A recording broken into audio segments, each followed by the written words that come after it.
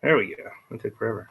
All right, welcome to Directory webinar number 38. Today we're going to be talking about a new topic today. Kind of entered it in the email if you guys saw that. We had been, as was funnily talked about earlier, been going over funnels for, since January. So about time to make a switch to something new. We're going to start going into a series here that we're going to be basically doing for educational stuff and of course later on, but Directory Startup. It's kind of talking about some business fundamentals for directories or just a business in general. So while anybody who has actually started a business may think that they've already got this covered, I know I don't. Everybody that has a business will probably and hopefully learn something. And then if you do already know everything, we would happily have you enlighten the rest of the crowd as well with your vast knowledge of business. Because I know we have a lot of people in here that do have larger businesses or additional stuff. This may just be a hobby for you. Maybe you eventually want it to be a business more so than it is now. So again, hopefully this can help you guys as you're establishing that business as well. And then especially if you're trying to gain some additional focus for your directory, or perhaps you bought another directory on a sale that Brilliant Directories was running, and have an extra one that you want to start up another potential business with as well. This hopefully will maybe help frame that, what you want to do with that. So without further ado, we're going to go ahead and talk about the business fundamentals for your directory. So the first thing I want to go over, and this should be no surprise of anybody that has a directory already, that building a directory business is difficult, right? I think everybody would realize that it's not a build it and they will come. We've talked about this many times in other webinars that it does take work to build the directory, even if it seems like a no-brainer idea. And as more often than probably should be said, where I always get told that people are beating down the doors to get on their directory. They just have to get the directory up and everybody's going to, be rushing in. And we all know that it is difficult, right? And everybody here is probably an entrepreneurial spirit. Everybody's dreaming big about what they're going to do with their directory, and that's good, right? You want it to have a good vision and big vision of what it's going to do for you or your niche or your community. And hopefully you're passionate about it and like doing it, right? Nobody wants to do this for a business if they don't like the topic or they don't like running the business. And nobody here wants to fail, right? So we all have that in common. We want that to succeed. But in order to do that, and this is why I say it's difficult, right? If you look at the list of stuff on the right, this is kind of all the stuff that you have to get right? You have to get the customer and the market right. Because if you have the wrong customer or the wrong market, you're never going to make any money. And speaking of money, you have to get the revenue model right, which is difficult sometimes because we run into that third item that we have to get the cost structure right. Because the cost structure is not right, we're not making the right amount of revenue, we can't go into business for that market that we've picked.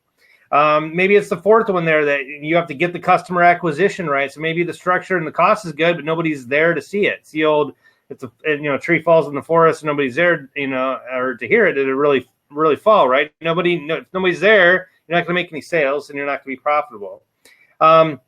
And then maybe the cost is right, but maybe nobody is buying it because the product is just not right. Maybe they just don't want to buy that.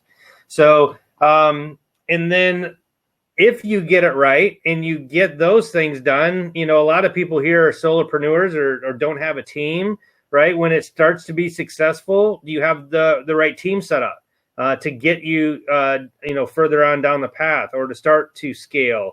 Or are you going to, stop falling short on customer service or not be able to do what you've said you're going to do or people have paid for the directory, and then you start tripping on your own self and your own processes and your team, and then you end up, rising up and then, flaming out and crashing on the other side of the hill, right? So you don't want to do that either. And then a lot of times, and we're going to see this today, you have to get your timing right. There's a lot of businesses or directories even or systems that it's the right idea, people will pay for that, but maybe the niche is not right, maybe the timing of the economy is not right. I'll just give an example of my local directory. I was going to launch mine last March at our local festival, right, that was having 3,000 businesses or 3,000 people from the area come, and it had this little thing called COVID, right, and they canceled the event a week before it happened. They canceled it on a Monday, and it was supposed to be Saturday, like that close, because it was last March.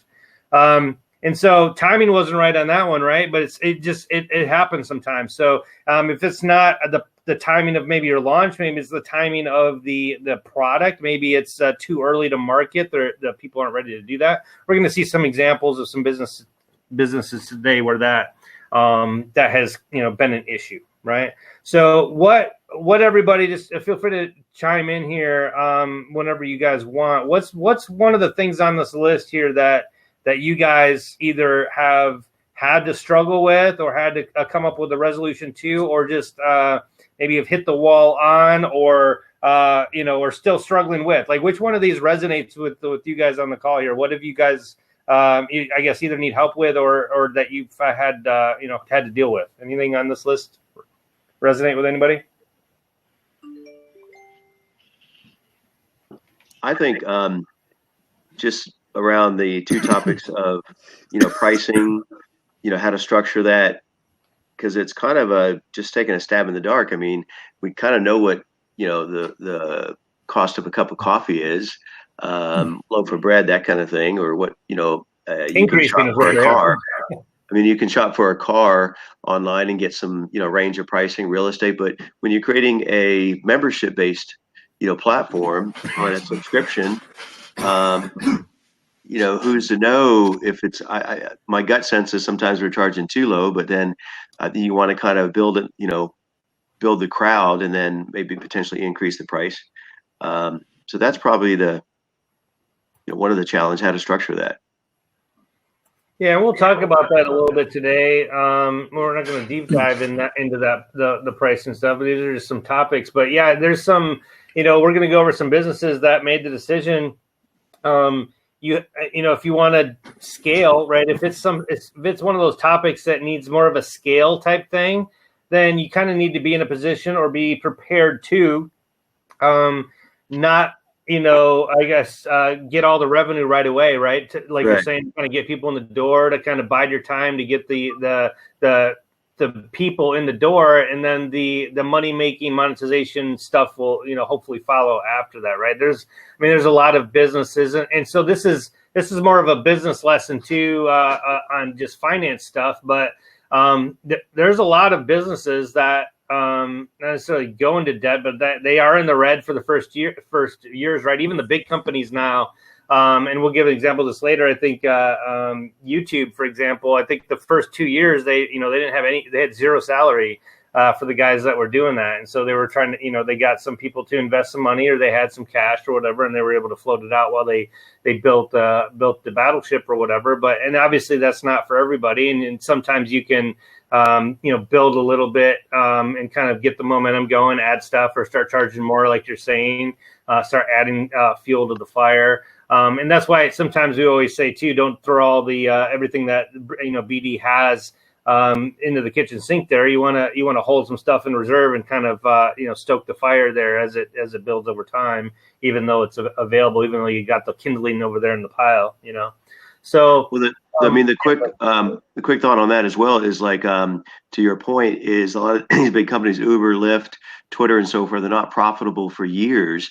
But it's a trade-off of, and even in the startup space, brands you haven't heard of, because I'm in a lot of co-founders and startups, groups and so forth, and conversations, weekly events. And, it seems like the whole emphasis is on, funding, congratulations, ribbons and balloons. They got another round of seed funding, whatever. But what they don't realize is later is they do so many rounds of this funding, and they've given up more than the majority of their entire business venture. And then it takes off, and they have a lot of, investment remorse, if you will. But on the other end of the spectrum, finally, is obviously the bootstrapping, which is the tougher, longer haul, and a lot of stress. But then ultimately, you look at if you're familiar with what's her name with Spanx, she never took up any investment money, and she's first woman Forbes billionaire without any funding, completely bootstrapped. So it's just,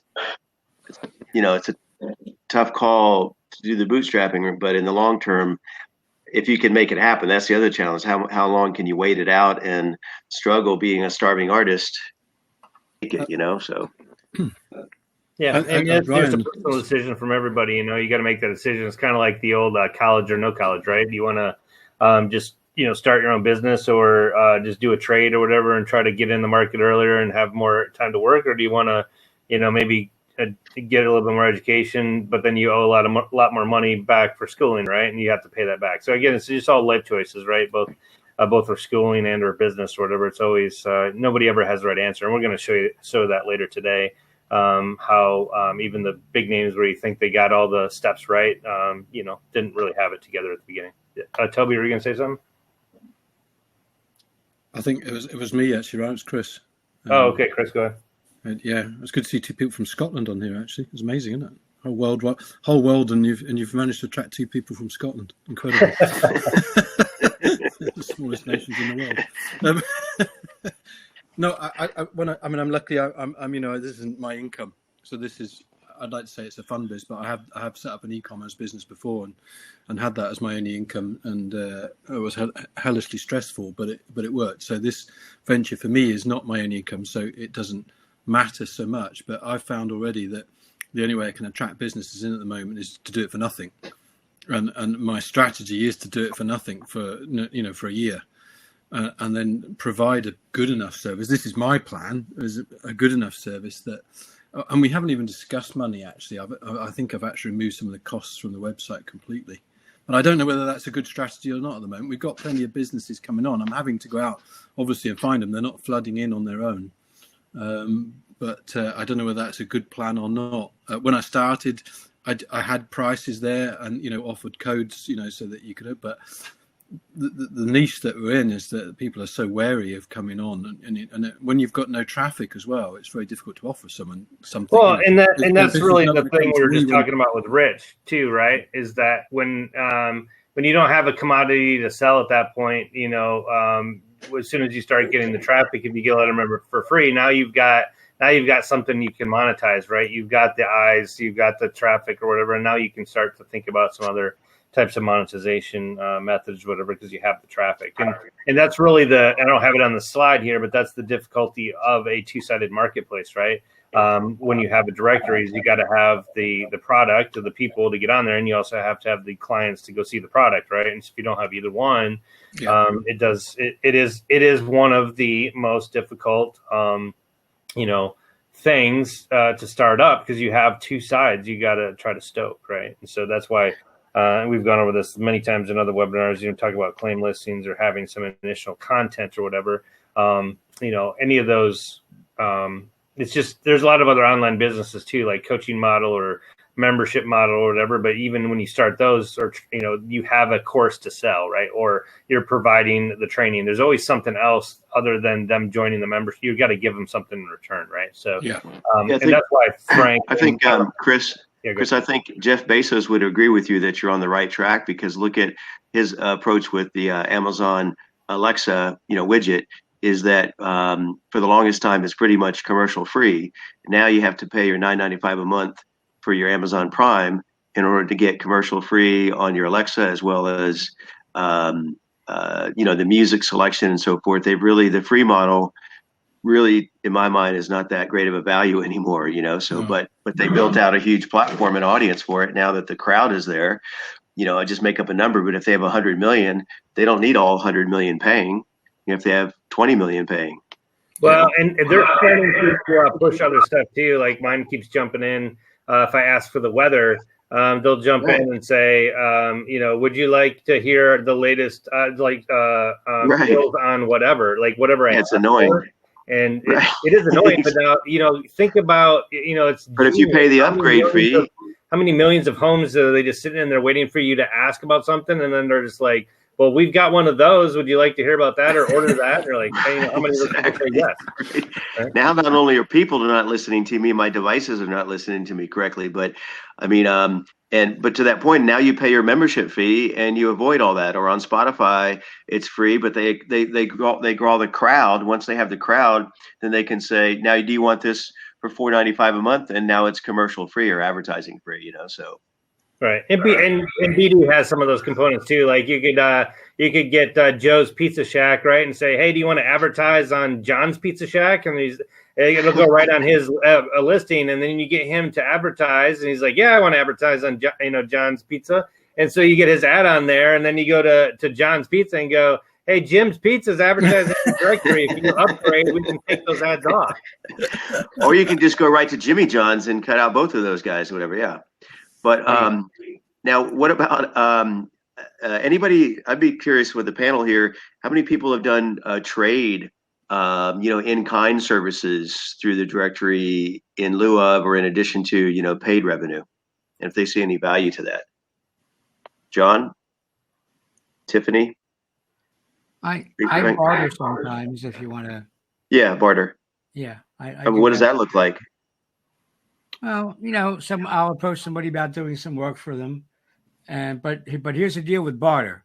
Okay. When I barter with somebody, I get twice the cash value. Okay.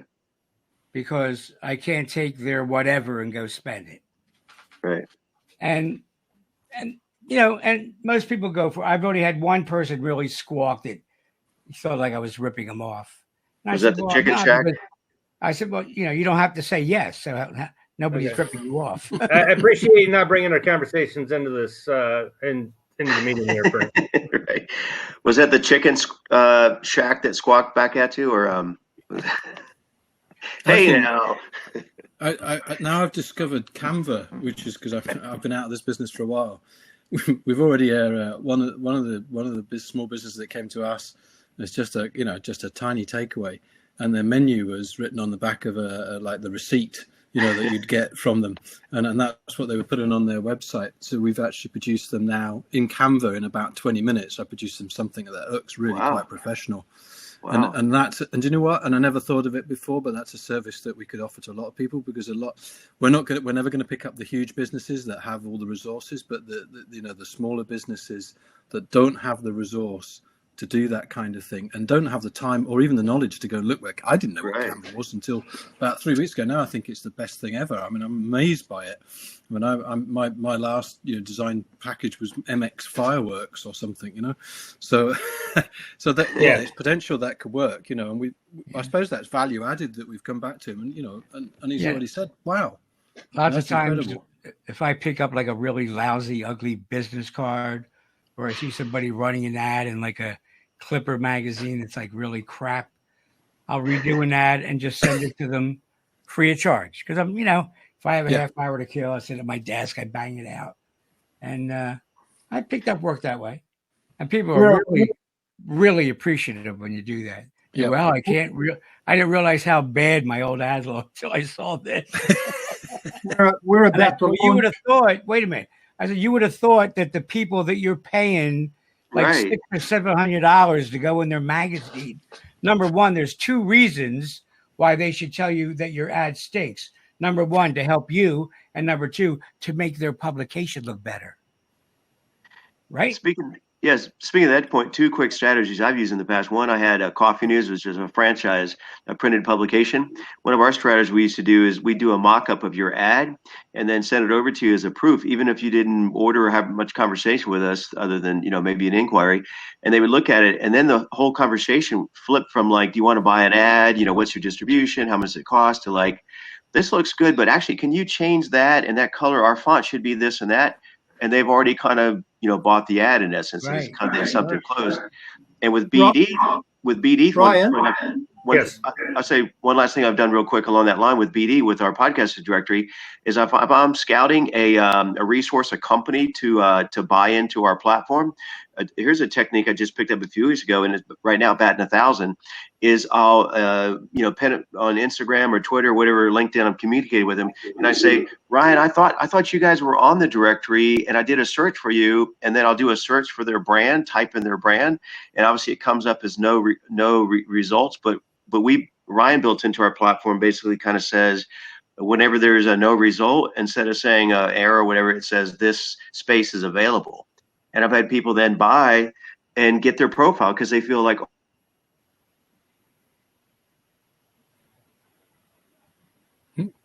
that's cut off. Anyway, go ahead. Yeah. Go ahead, Chris. I don't know what you were saying. So I just pulled up Canva again. Just typed in menu for you guys. If you guys have never used that, Crello is another one we've offered up before as well as kind of an equivalent. But you just type in menu and you can pull that up and just literally just start replacing images, replacing logos, changing the pricing or whatever, and then just download the flyer, right? And so there's awesome.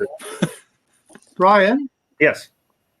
Getting back to what you were just talking about a few moments ago about method of payment, about people accepting barter, if you will, for their subscriptions to their websites. Yeah. Well, we're launching our website probably in about 2 weeks' time, and we're actually accepting cryptocurrency as payment. We're accepting Bitcoin, Bitcoin Cash, Ethereum, Litecoin, and XRP. Now, what you see in the marketplace at the moment down in Australia, it's the same in the US.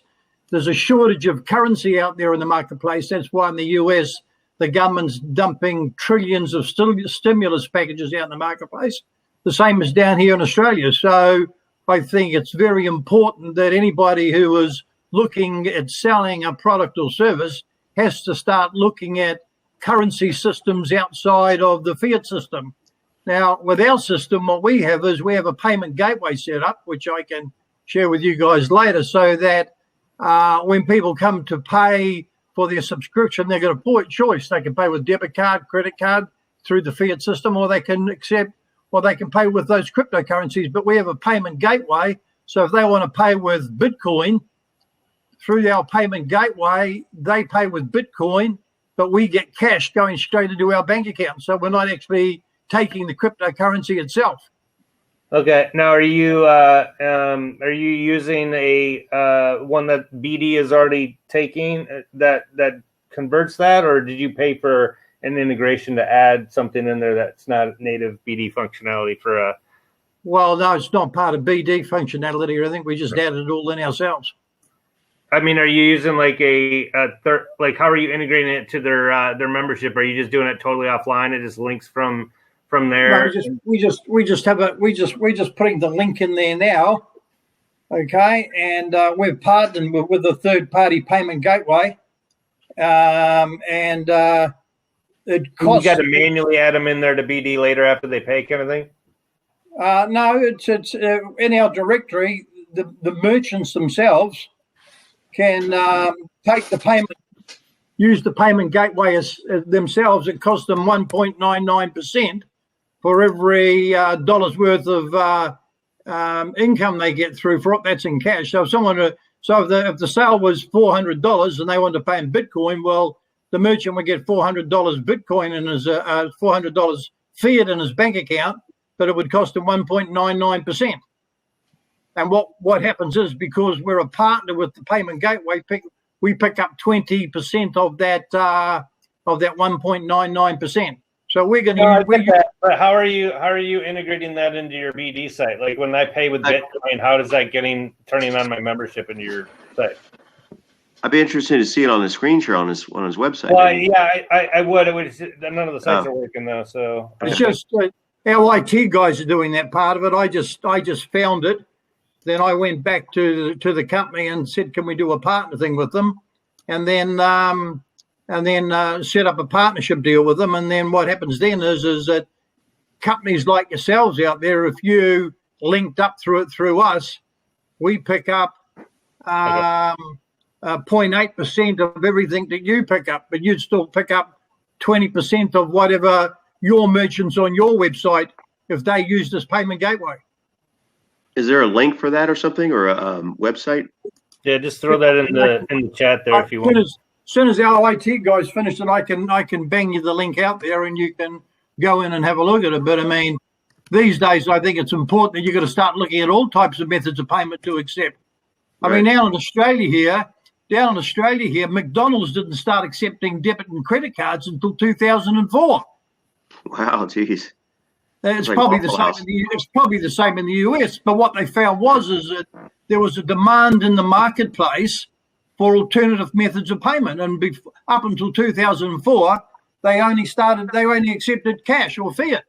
But then most people getting paid with into their accounts, and they had debit and credit cards, and so McDonald's had to change their way of doing things. And I think what you find in the marketplace now is that we in business have to start changing the way we do things as well. So I mean, if you still get cash in your bank account for your subscriptions, and you're not taking the Bitcoin or the Litecoin or the Bitcoin Cash, why not do it? It's probably costing you 1.99% to accept credit cards. Yeah, Tesla just stopped. Tesla just stopped accepting Bitcoin today. Sorry, Who did? What's his name? Oh Christ! Oh, Tesla. Musk. Musk. Yeah, but see, Elon we don't actually get the Bitcoin. We Right, get converts cash. it. Yeah. Oh, okay. The payment gateway converts it, so you don't need a wallet, you don't need anything. All you have is Yeah, I think there's a distinctive difference, in my opinion, though, between going from cash to a debit and credit card and stuff that's electronic, vice debit and credit that are already electronic. Going to that, I don't know that there's just a ton of people that have a bunch of the cryptocurrency that just don't want to buy your service because they don't want to use their credit card or something. Maybe. But again, that's one of those decisions. Obviously, any business is going to have to make on whether they want to, spend the time or set that up or whatever, and focus on that or whatever, vice doing something else that they could spend their time potentially on. But you just have to make that choice, right? It's like any other business stuff. A lot of these things that we're going to talk about businesses too, they didn't take the path everybody else was doing. They kind of went down a different path and they ended up paying off for them, right? So you kind of have to make that decision as well, for any businesses stuff, what kind of path or what you want to focus on. So I'll get on that. Hey, why don't we keep that in mind though for future ones? Once it's done and we start getting to the cost stuff or whatever, another webinar, maybe we can definitely deep dive on that a little bit more. Go ahead. What did you say? I was just going to say, I didn't realize BD has an integration for Bitcoin.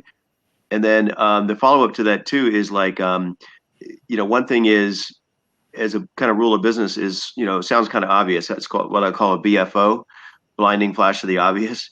But survey your customers or your members to figure out if that's something of interest to them. Because I've been guilty of building out something and getting all excited, creating a new widget, this and that, and then there's no interest in it, That's a great segue. Next slide is we're going to go over why businesses fail, and not paying attention to your customers, ignoring customers is on that list. So what I wanted to do on this one is just kind of go over that these topics, and I think everybody realizes that 99% of startups or businesses or whatever die from what we call suicide, not murder, right? It's not somebody else tanking your business. It's usually yourself or what you're doing or your choices or on any of these things on the screen here.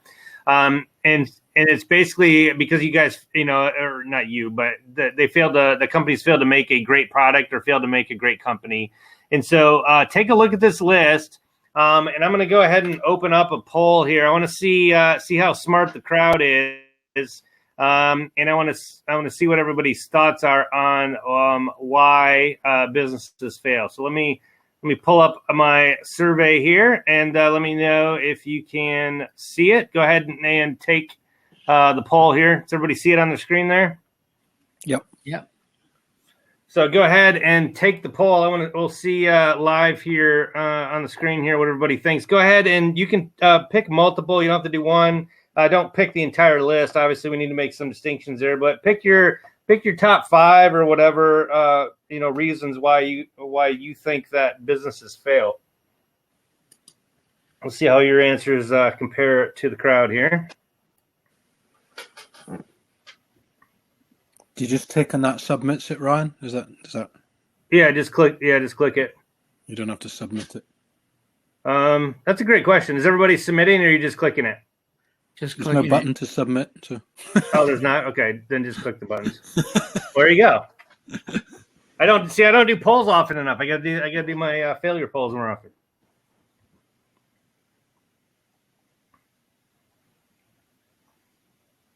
Yeah, I got 4. I mean, theoretically, you could pick every one of those. Well, and obviously, businesses have attributed failure to all of those. That's why they're on the list, right? But right.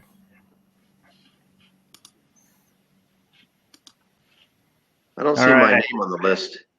What is that? Nothing. You don't see your name, like failed because of rich, Right. or I think not rich enough. I think is on there. There you go. Yeah. All right. Is everybody done? Anybody still taking it? Yeah, here? but like I said, there's no button, but I clicked the boxes. Yeah, number one is at the top of the list. That's for sure. All right. Let's share the results. And drum roll. The results are Number one, like I said. No category. Shared items will be displayed here. It did Was display it for a minute. maybe was technical difficulties on the list? No. Failure of IT How systems. about operator error? Yeah, engineers. Yeah, what's happening? Terrible. System. We saw a flash like number one, and then yeah. I know. As like let's go. Computer hackers on the list. Maybe Let's see results. Can I get you to work on my website? Hey, exactly. all right. Did I hear barter for Oh that? wait, you do work on my website. Can you guys see the poll results now or no? What's your refund policy? No. What's your satisfaction guarantee? Yeah, where's that? Boy, everybody's so much easier being on the other side of the computer, huh? Well, if it makes you feel any better, Ryan, at my proper job this afternoon, we had a sales demo set up for a piece of software with a big software house in Germany, and they couldn't work Microsoft Teams, so that wasn't a great start. Well, the funny thing is, I'm staring at it on my screen. I have no idea why this is. Anyway, I'll have to dissect this one as we. Actually, it's a late April Fool's. We can all see it then. Yeah. And then just put it in your thing.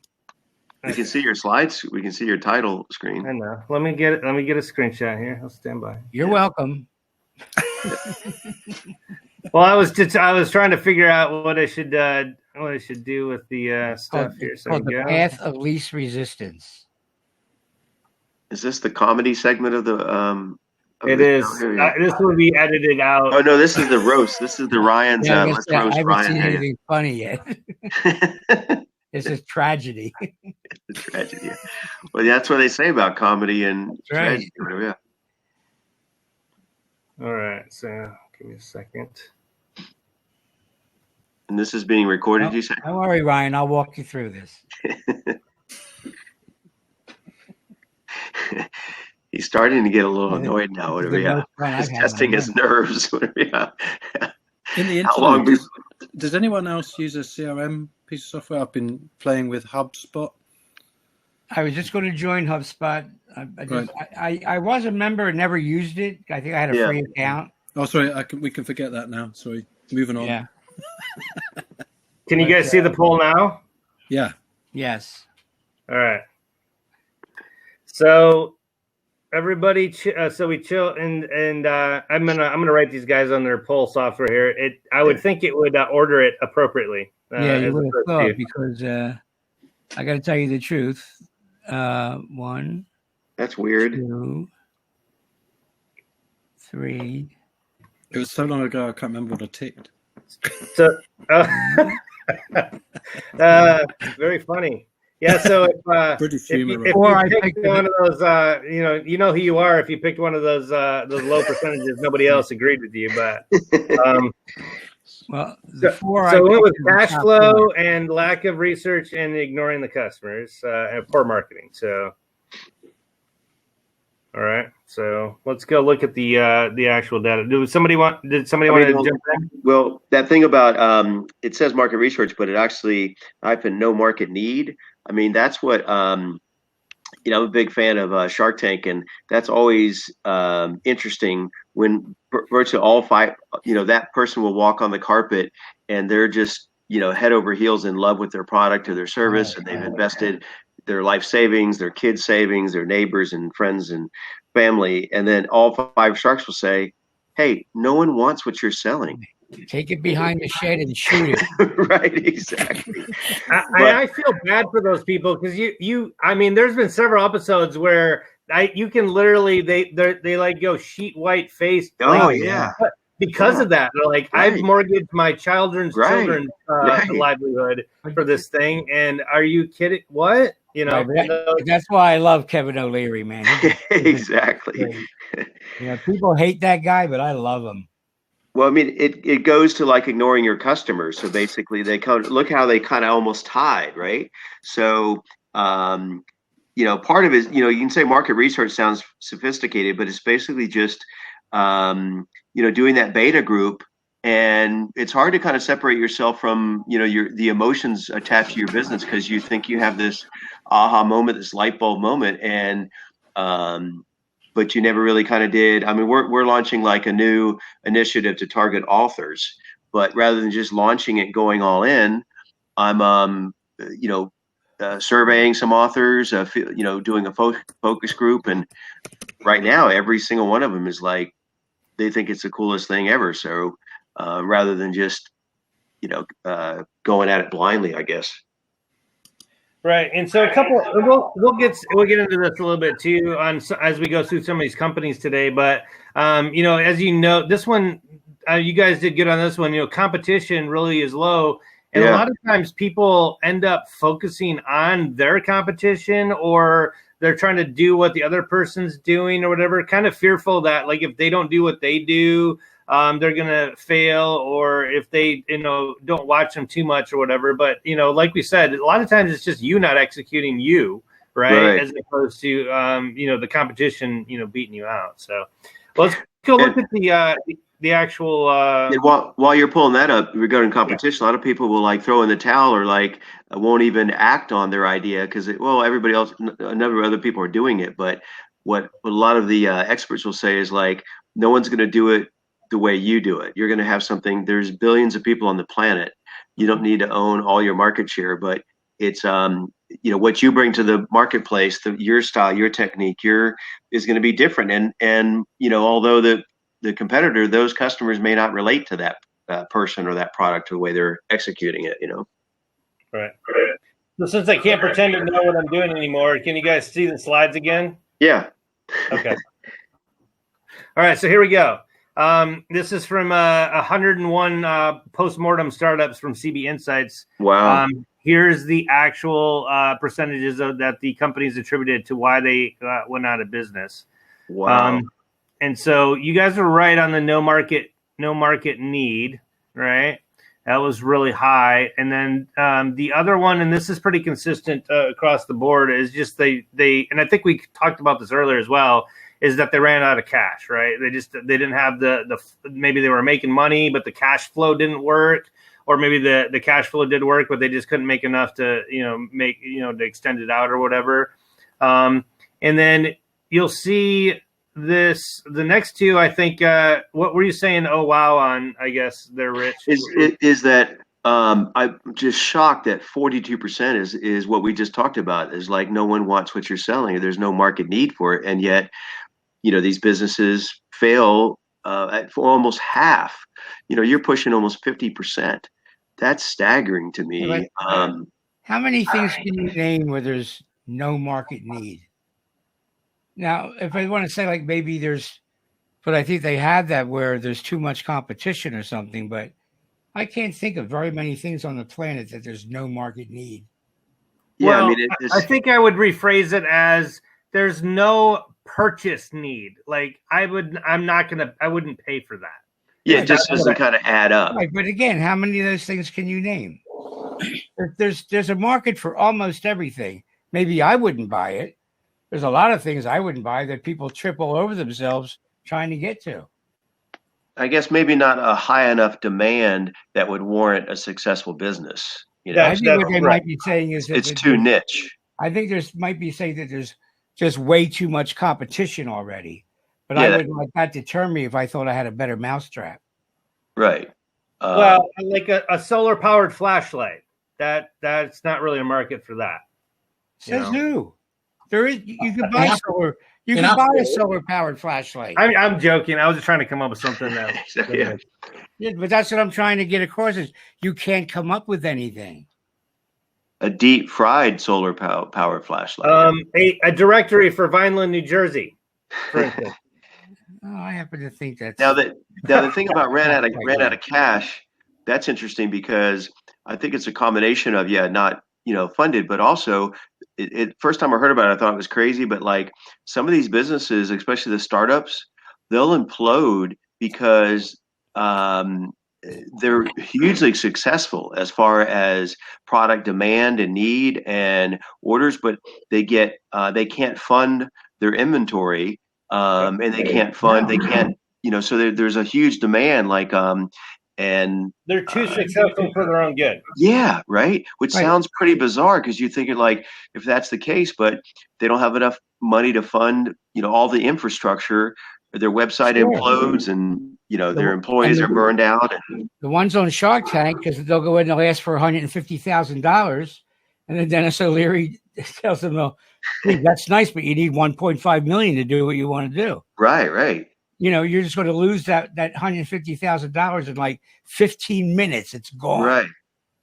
And then you're right back where you started, and you accomplished nothing except you took my money, and I'm not getting it back. Or they have a huge successful hit, something goes viral or whatever, and then it not only just shuts down their website, but they can't handle they don't have the money to fund the product development, and they go out of business because they're so successful on the idea. There's so much demand, but they can't fund it. And then somebody with money comes in and runs with it. Yeah, that's the other thing about competition is like, if it's a delicate dance of not taking too much investment money too early on and giving up all your share, your profit.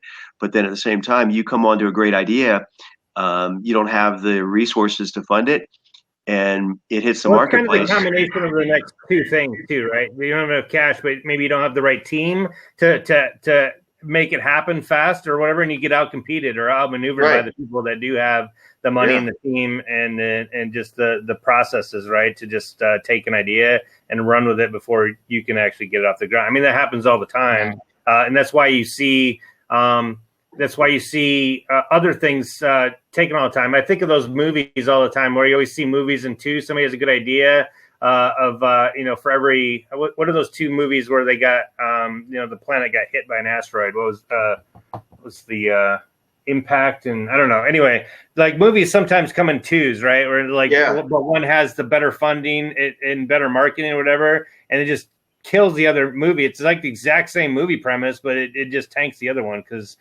you can outmaneuver them or whatever. But that happens with businesses too. You always see them come up like Uber and Lyft, or they all come up at the same time, and sometimes there were a lot more than just Uber and Lyft, but those they ate up the competition, right? Yeah, just like Starbucks just kind of crushing every independent coffee house. It's very difficult to compete with those guys, Yeah, but Starbucks is not in coffee. Say it again? Starbucks is not in coffee. That's not their business. Yeah, you're right, but it's like the coffee house environment or that third place to go to. It's difficult to run an independent coffee house down the road from a Starbucks. Well, I'm glad to hear they're not in the coffee isn't their business, because I can't name a worse coffee. Okay? So, Toby, in your interpretation, what business are they in? I can take a stab at it, but same as McDonald's. How's that? Just not being in every. They're not into burgers either. They're into chicken. Real estate. Real estate. Yeah. Exactly. Real estate. So do you think Starbucks is into real estate as well? That's how they make their money? Yep. Okay. Yeah, I think only the Vatican owns more, the Catholic Church owns more real estate. Seriously, I think I read that in the last few days. Well, I mean, you hear that all the time too, like why Walmart's in a good position like for a long time too, because they have leverage, right? They have warehouse space. They've got distribution large buildings where the real estate does. You can do a lot of stuff with that, right? You can pivot easy on that stuff and utilize that to your advantage. It's like Amazon. Everyone thinks they do deliveries. They don't got nothing to do with it. It's data, all about data. That's why I unplugged my Alexa. When that truck pulls up out front, he ain't giving me a box of data. It's about your data, Frank. I wish I was recording my my office right now because the Alexa just perked up when you guys started talking about that. It is what I'm not joking. The light ring came on, and when you guys said Amazon and stuff, and it started twirling. I'll say she's collecting data right now. I'll be on the phone and I'll say to somebody, "I'm serious," and Siri goes, "What can I help you with?" I think it's interesting near the bottom, the 10% pivot gone bad, and then failure to pivot is only 7%. Yeah, but we're gonna actually, that's a good segue. We'll continue on with the presentation here. You're very good on those segues today. But we're going to talk about a bunch of businesses that did pivot. But I think one of the things is that the ones that are successful or whatever do pivot a bunch of times. Like there's not a lot of companies that don't have to pivot at some point, right? They survive longer because they pivot. It's not because they pivoted. It's usually something up at the top there, right? That causes the issue, that they pivot successfully, but then they run out of cash, or they pivot to the jackpot and don't have the right team to execute, right? Or, et cetera, et cetera. Or they pivot too soon or to the wrong thing, and then they end up going into somewhere where nobody wants to pay anything, and they go out or whatever. But but we'll talk about some of those today. So the next thing I want to talk about kind of in business is the common pitfalls of doing that. And being an entrepreneur is finding the right balance, right, between vision and reality. We saw in the previous slide there about stuff, whether it be funding or money or team or idea, right? There's a difference between having clarity, realism, and flexibility about what you're doing versus being rigid, always having the continuity and the consistency, like you can't, morph or change into something else. And that kind of goes back to that flexibility thing we were talking about too, of people pivoting. The people that are successful do that. So why I want to talk about this for people that are just starting out in directories, or even if you already have one, is a lot of the people that just went in talking with them and consulting with them, I can tell right away the people that are in either group, right? The people that have the clarity of, they have the big idea, right? But maybe don't know how to execute, but just need the details and just need the support, right? That are just have the style down, or they're not explaining it well, but their clarity on what they want to do is there. Vice the people that don't really even know what they want to do, right? And so that can have its own pitfalls where they just really are kind of shooting into the breeze there. They're just firing to see if they hit something or whatever. They don't have a clarity. But then the other spectrum is, I see people that don't have realism of what they're actually going to do, right? Whether it be their financing or their market size, or where they're going to get the customers. They're overly optimistic, like I talked about earlier, where they're like, "Oh, I've got people beating down the doors. I just need to launch, get this. I'm waiting on you to get the site ready because people are beating down the doors. I have people coming in. I just need to get this to a minimal viable product, and I can start selling it, right?" Because a lot of times that you have to face on the directory sometimes where you're at, where you need to go, and the reality of those things. You don't ever want to get to the point where you lose focus or don't want to shift because you have this delusions of grandeur about what you can do or where you're at when you just aren't there or can't do it, right? And I think you guys know that, but a lot of times it's mentally harder to do that than people realize. And a lot of times too, I see that people are just not using their experience or knowledge, right? They have this dream about doing something over in left field when like they should be in right field, right? Because that's where their experience or knowledge is in order to execute. And it may be a great idea, right? But you just don't have the support or the knowledge to execute. And you kind of have to know whether that's where you want to go or what you want to attack. I'm not saying you can do that, but it just becomes exponentially harder. And then we talked about this earlier too with Rich or whatever about the finance stuff, but you want to be more conservative and bootstrap if you can. A lot of times people are unrealistic about what they can achieve with the money maybe that's coming in. Or it's the opposite, right? Where they have this great idea. It would probably work if they executed it. They just they think $25 is too much to put into their directory, right, to make it happen. So you can go down that side too conservative as well. But the bottom line is you just need real, clarity on what you want to do, realism on what the reality is or what your status is, right? whether it be finances or team or whatever. And so you want to try to avoid those pitfalls we just talked about on the previous screen by realizing where you're at and what you need to get where you're going as well. And then the third thing there is flexibility versus rigidity. It's very hard to predict the unpredictable, right? That's why it's unpredictable. I mean, if we knew where the pitfalls were going to come from, nobody would ever go out of business. We'd never see those things on the previous slide. But you'll see on all the businesses we're going to talk about today, the successful ones over time updated as needed, right? They flexed. A lot of times I see in the directory owners too, they've got this vision. Maybe it's a side hobby or something that they love, and they're like, I'm going to do this, and people are interested in this. I don't want to do that because they're going to love this, and they're very rigid and in their thinking, and that to me is the early stages of downfall, because they think they know the answer already, right? They think they know exactly what the customers want, and I'll be the first to tell you, and we'll see it today in the businesses, is that you don't. You have no idea what those clients are going to want. They're going to want probably something than you thought. And what are you going to do about that or feel about that when you hit that? Are you going to listen to the customer?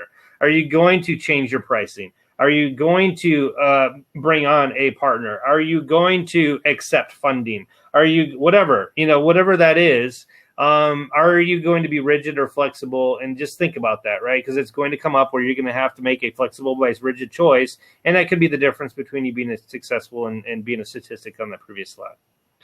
And then the last thing is continuity and consistency, right?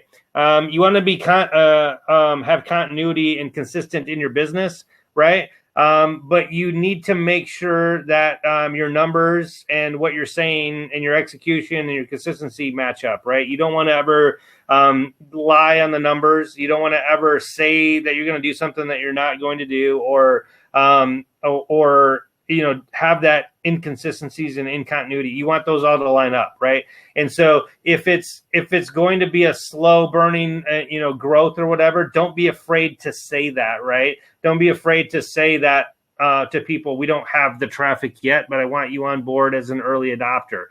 Don't be afraid to say, we're gonna grow with you or whatever. That don't ever lie about the numbers, but make sure that what you want to achieve, that the numbers in your business match up to that too. So if you want to get to a certain status, or you want to get to a certain process or whatever, you have to realize what is required to get there, and make sure that those line up. Hopefully that makes sense. But you need to align your mental and everything in your business. Make sure it aligns with who you are and then what you're actually going to do. Because when those things start to be incongruent, when you start thinking you're going to do something or talking about that, but you're not actually funding it to that capacity, or you're telling people that you're in a certain way and you actually aren't, or whatever, all those things, when those are not in alignment, that's what causes issues and ends up being a statistic again on that previous slide. So have clarity, have some realism, be flexible and not rigid, or if you are going to be rigid, be willing to accept what comes with that. And then just have some continuity in what you're saying and executing, both in your funding and with your practices with the people that are joining your directory. So, and again, there's a lot of nuances in all of those. But again, those are some of the things that I see happening with early directory owners.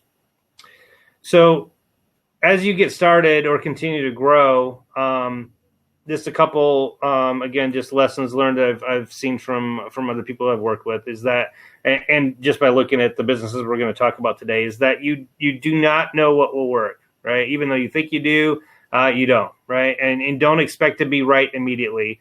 You're going to realize that you didn't know that they were concerned about one thing. You may think that they're interested in one feature, and they're not. They're interested in one other thing. You're going to think that they're going to be willing to pay one thing, and maybe they're willing to pay another. So don't expect to be right immediately. You're going to learn as you go. And I know, and this is going to, without a doubt, you guys, everybody here has some sort of struggle, right, with businesses. It's not easy. We talked about that on the first slide. Each and every day you're going to have a struggle, but you're not alone, right? You're not the only one going through those. That's why usually we're here on the webinars, learn from other people, try to share that stuff right on the Facebook group as well with Brilliant Directories. But people have done that before. People have made the same mistake. And again, every niche and every location is not different, right? A lot of times people blast back at people and go, that's never going to work like that, or that's stupid. Well, maybe it is for yours, but maybe it's not for their niche, right? But a lot of times people the other perspective or end of the spectrum there, where everybody's telling them it's not a good idea, and we're back to that rigidity thing earlier, right? So learn from everybody else's struggle, but you have to make your own decisions. It's your business, right? And you have to live with your business decisions, not them. So make sure that, and don't be afraid to go against the flow, but make sure it makes sense for your business case. The thing I've seen over and over again, though, is hustle, persistence, and attention. And sometimes luck can pay off, right? Fewer and far between for luck, but definitely hustle and persistence and attention always usually wins the day in terms of these directories and execution, because I always tell everybody it's not about the Gucci little things necessarily, or having the exact color or the pixel location exactly. It all comes down to execution. And usually the people that hustle, persevere, and pay attention to their business and adapt, right, are the people that are going to have the most success. And then we'll see this again as we go through the businesses today multiple times. But most important is pay attention to everything your customers do, not what you think, right? This is probably the biggest flaw of anything I've seen in directory owners, is they think that they are the customer, and you're not the customer. You may be one customer. You may start it because you do that niche or in that, but you're not the customer. Your customers are the people paying you or that are joining your directory, and you have to pay attention to the masses, right? The overarching people that make the masses, right, of your directory visitors and clients, and pay attention to them, right? Because no matter what you think, the flow of your business, if it's going to be successful, is going to be dependent upon your people, right? That tribe or whoever's in your community.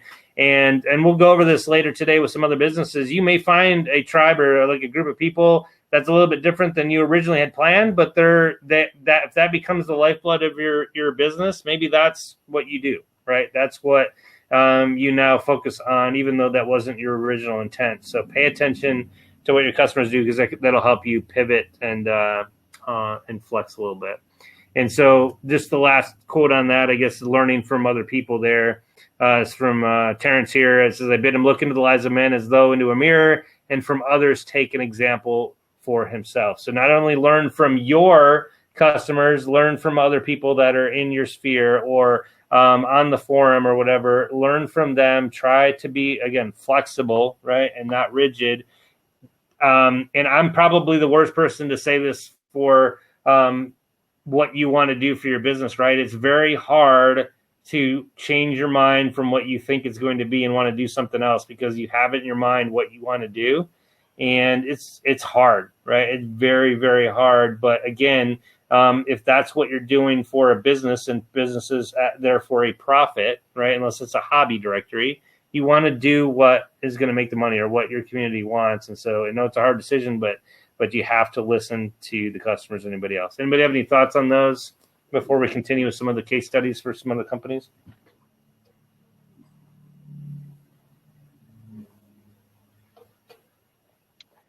Hey, Ryan? Yeah.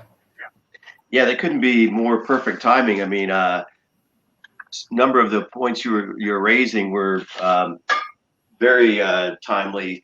For example, I literally had a communication from somebody on Instagram yesterday asking, for pricing and interest. They want to, kind of be a resource on the website, but they want to know like the RI, the statistics, traffic, and I like your approach of like, we don't have all those numbers right now, but we'd love to have you on as an early adopter and be alongside with the journey with you. So.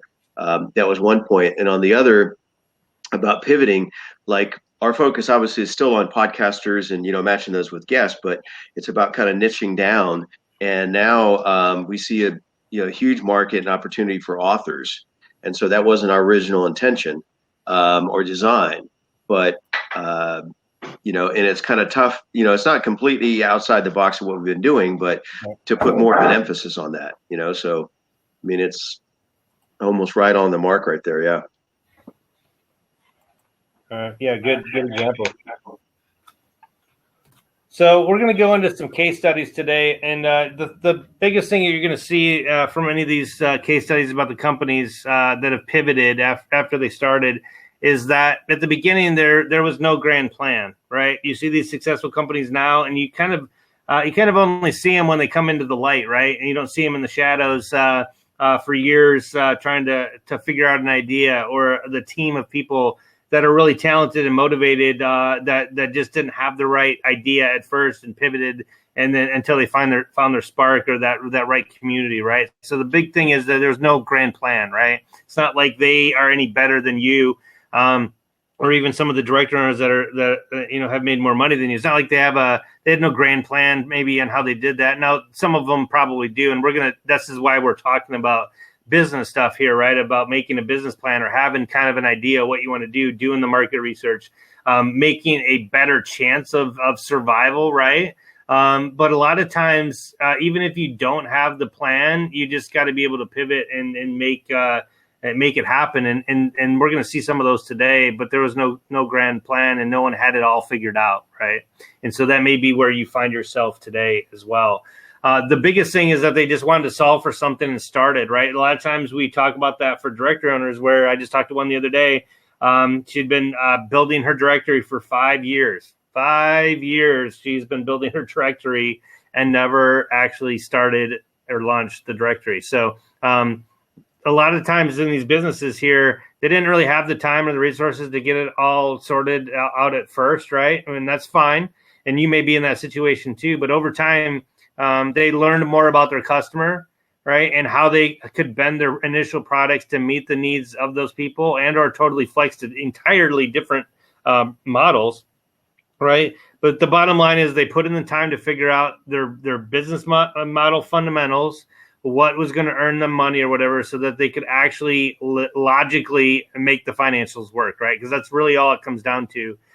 Is are you going to be able to make the money? And we talked about that earlier today too, with we get funding, right? The venture capital or the seed fund for those big companies. Eventually, right? Eventually everybody's going to have to come home to roost on their financials, right? And they're either going to be profitable business model or they're not, and they're just going to wind down, right? It's the old WeWork thing. I don't even know if they're how they're doing, but sometimes you can have a business that the financials just don't make sense, and they may never make sense, right? The weird thing about the market now with some businesses, sometimes the financials never will work, but they still are billion-dollar companies just because of valuation and funds and stuff like that. It's another story, but for anybody running a small business or a director or whatever, the financials are going to have to work in order for you to continue to do that, right? And so the examples that we're going to go over today, they were able to figure that model out, right? Listen to the customer and figure out the execution of that grand plan that they didn't know that they had, that they didn't have at the beginning. So here's the first one we're going to talk about is Android. So when Android started, and some of these are actually pretty funny. Some of you guys may know some of the stories behind these companies, and some of these may be fascinating for most of you. But Android started out with the goal to create an operating system for cameras back in the day, with basically a cloud portion for storing photos online, and then for smart cameras to connect to PCs. So it's basically like a connection platform for photos. That's all it was.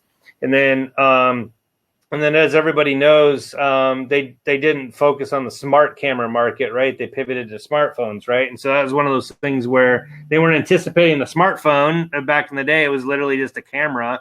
They were trying to get all the photos off the camera, but they shifted to smartphones because that's where it shifted, right, from those photos to smartphones. And then as soon as they did that, that was like the perfect example of seeing where the real market opportunity was, right? After starting, they pivoted to that larger opportunity. And this was actually from the co-founder, Andy Rubin. He said, and we decided digital cameras wasn't actually a big enough market, right? For what they wanted to do and for the bigger, what their software that they knew they could do. They started out and they were mildly successful with that, but they realized that they actually wanted to go for a bigger market. Now, you may for your directory, it may be something different, right? It may actually be the opposite. And we always say to niche down as far as possible, but maybe you realize that you're actually focusing on too big of a market and you actually have to go smaller. But just realize where the real market opportunity from your directory is, because again, if it's a niche directory, don't try to replace, don't try to be Google, right? If it's a very specific domain name, a very specific niche, make sure that you focus on that niche. Don't try to, be bigger than you are. So maybe the opposite for you, but it may be like Android here, where you realize that you have so much more potential. You want to tap into maybe a horizontal or vertical market, and that's what they did. But the bottom line is they had that core premonition of what their product was. They considered their product to be a platform for selling other services and products. They just happened to start out with the smart cameras, right, or the photos. Toby mentioned Amazon a little bit ago, right? Same thing for Amazon, right? Amazon didn't start out; they started out selling books, right? But were they a book company? Were they ever really a book company in their mind? No. That just happened to start with books, right? But they stored and sold information, right? They were able to know what books people were interested in. They were able to suggest books that they had read based on what they had read before. They were an information company. They just happened to start with books. So same thing with Android, and they basically aimed for growth and gave it away for an unbeatable price, right? Free. We talked about that earlier as well. They decided that if we're going to be a platform to sell other services and products, that's our goal. We need expansion and growth. We're going to have to give this away for free, right? So they had thoughts, and this is from the co-founder as well. He's like, we wanted as many cell phones to use Android as possible. So instead of charging, a fee to get Android, right, we basically gave it away for free. And the rest of the story, right? When they get away for free, guess what? All the phone manufacturers that are focusing on the actual technology of making the hardware for the phone, well, if there's a free software service that connects stuff and already has the connections, and they're giving away for free, and we can build off from that and use it for our phone system, why wouldn't we use that? And they did, right? And that's why Android is as big as it is now, running on all the rest of the phones, is because they gave it away for free. They made the market, and then they capitalized off from that later once they had the traffic. So touched on a lot of stuff that we had already talked about earlier today. But the pivot for them was giving it away for free and going to a bigger market so they could get to the place that they knew that they could with their software. Second one is Flickr. Flickr actually, some of these are funny names too. They started as Ludicore, and they actually made role-playing games called Never Ending. That's a screenshot of Never Ending right there. Back in the day when Flickr started, they actually had virtual worlds, basically, where they travel around a digital map and interact with others and buy and sell and build items. But there was a small little piece of that world, and there was a photo sharing tool that was in the app where they could share images of what they were buying and selling. And a lot of times, because it was kind of like a fake world or whatever, people were like putting real pictures of like items with backgrounds or whatever, like scenery and stuff like that. And so it became one of the most popular aspects of the game. And so they soon ditched the photo, because that photo popularity sharing was so popular. They ditched the entire rest of the game.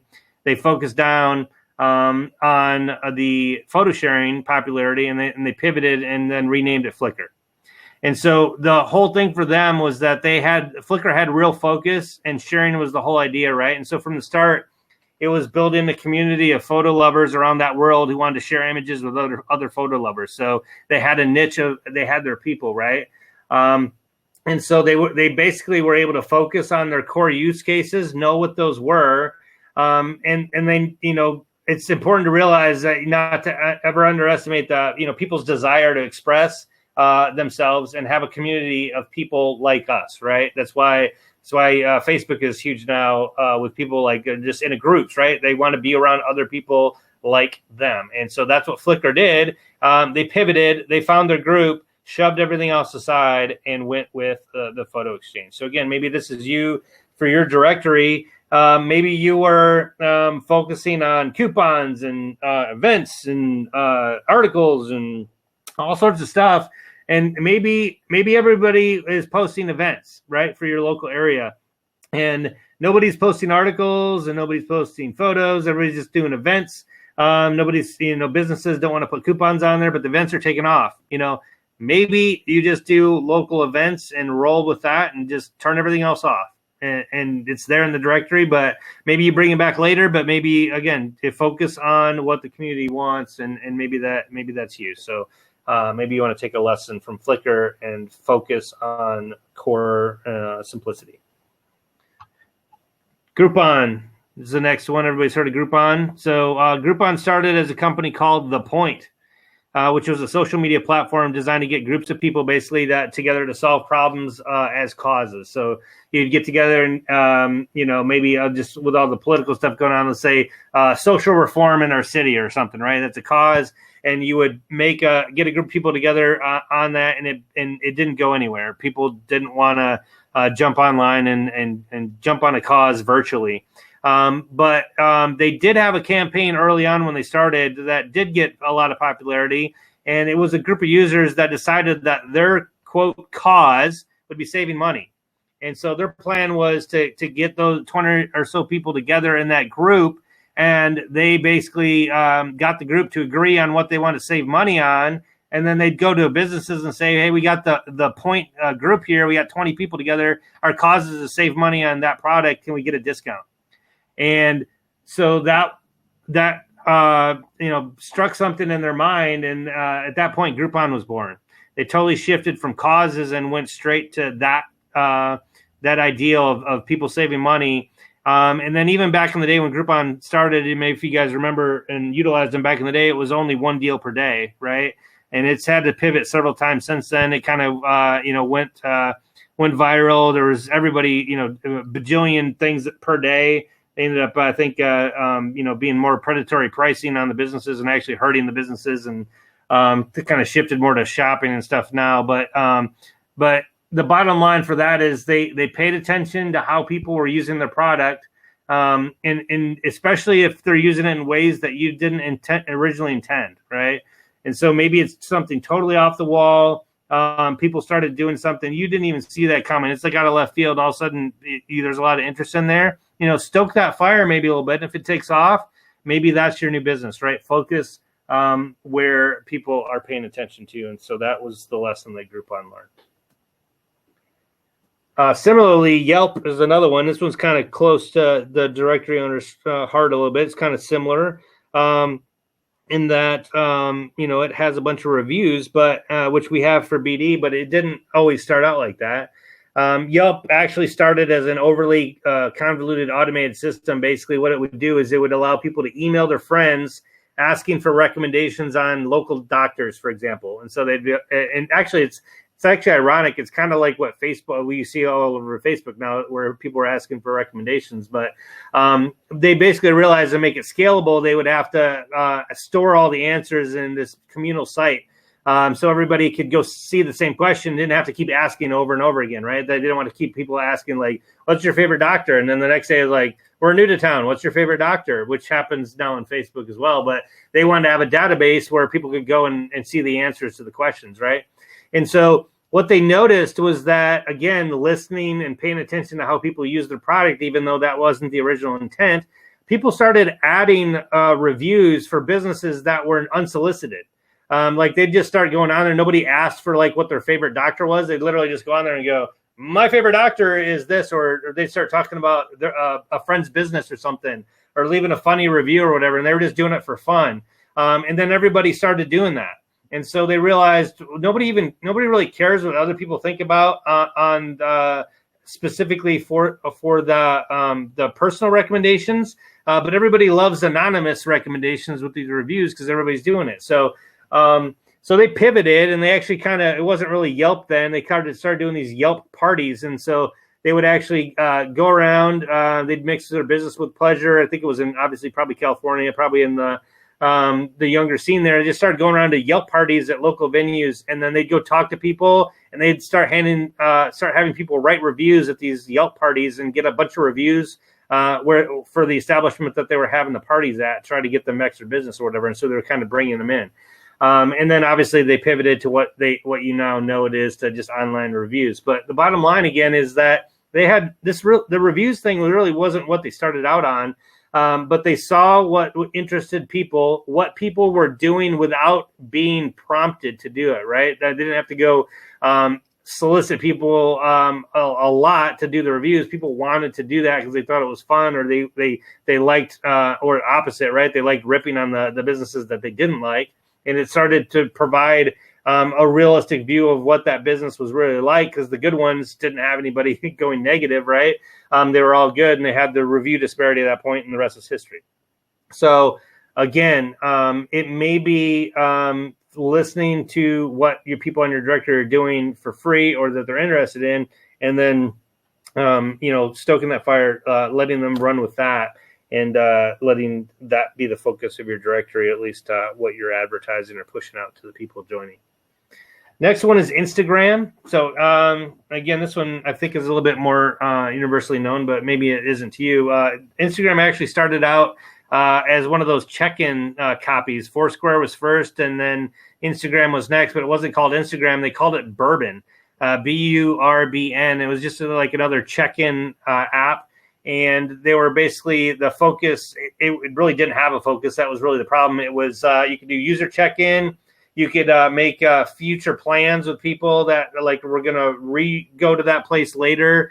And then you could earn points for hanging out with friends at that location if you actually did it later, like you scheduled it. And then post pictures about that, when you were there at the place at the later time when you planned it, that you were earning points for it. It's just really convoluted, right? A ton of features that kind of made sense, but really were kind of like, why would the masses do that? But the key is that they posted pictures, right? And so they were having really trouble getting traction. Foursquare was taking off compared to them. So they kind of got everybody together, and they wanted to focus on being good at one thing, right? And so they didn't know what that one thing was. They really had no clue. And we've talked about this before, about asking the market research, about asking your clients what they want, or about really reaching out, surveying people. They actually used analytics from the other system to see what people were using the most, because they hadn't to that point really paid attention. They were just kind of, again, not head in the sand, but head down, just doing all these features and like turning this on, turning that on. They hadn't really looked at what people were using. So they looked at their analytics, and they figured out that the only thing anybody was using was the photo sharing. The only thing people were doing was posting photos. Nobody was really earning points. They didn't care about that. Then nobody was making the plans. All the other stuff that they added in there, nobody cared. They just wanted to post photos. And so they literally just scrapped Bourbon. They started from scratch, literally with just the people want to share photos piece, and then they built an entirely new app, called it Instagram. And again, as they say, the rest is history again. But the thing that they learned is that they learned what people are using, focused on one thing, simplified it, and then they were not afraid to start over, because once they gained focus on what their tribe wanted, they started over, right? So again, a lot of times people don't want to hear that for directories, but I just had another client yesterday that switched his directory for the third time, just because he did that. He thought he had an idea. People suggested one thing, maybe switched too early, but people wanted one thing, switched it, and realized that the masses didn't want that. And he thinks he finally has figured out what they actually want and switched to a third thing. And so doing that early on, right, before they get too far down the road, probably not that big a deal. A little bit harder, right, if you're a long ways in. But he wasn't afraid to make the switch and change his entire directory logo and colors and theme and URL, right? Just scrap the other one. And that's what he did. So maybe that's not for you, but again, it worked for Instagram. Hopefully it'll work for him. But maybe you just need to start over, and don't be afraid to do that if you're in that situation. Nokia, this one's interesting. Nokia actually began as a Finnish paper mill in 1865. Nokia made paper back in the 1800s. The second actual mill that they had when they expanded out started on the Nokian River, which is actually where the name came from, the company that we know today, and just still making paper though in the 1800s. Obviously, they were a paper mill for a while, and then shortly after the First World War, they were actually close to bankruptcy because the mills there were actually used for energy. And they kind of before the war weren't making much money, but then after the war, people needed the extra energy because of the boom and stuff like that. And so there was actually a rubber company that needed that made galoshes and hoses and tires and other stuff like that. They actually needed more power to run their rubber factory, so they bought out the paper mill. And then that company, the parent company just started and ran the power stuff, but they stopped making paper and they just made rubber. So Nokia switched to rubber. And then a few years later, that group was acquired by a cable company, again, that exported electric cables and telephone stuff to the Soviet Union. Basically, that they were using some of the rubber in wrapping those electrical cables. And so then they started kind of focusing, again, the bigger money was in the electrical cable business. So it kind of switched over to that. And then finally, in the 1960s, they moved into the telecommunication pie, basically. And so they started doing electronics, radio transmission, etc. And then once they got into that thing, the real money was in the cell phones and the telecommunications. So in 1999, they started out with those first cell phones. And I don't know how it is over in the UK there, Australia, at least here in the US. I bet everybody had that Nokia 5190 with the exchangeable faceplates. I know I did, but a lot of people did, right? I mean, I don't know what majority of people had that, but everybody back in the day had a Nokia phone, right? Just because they were the first ones to mass into the market here. So am I the only one? Anybody else have the Nokia 5190? Anyway, the one where you could pop off the faceplates? 5110. 5110? Yeah.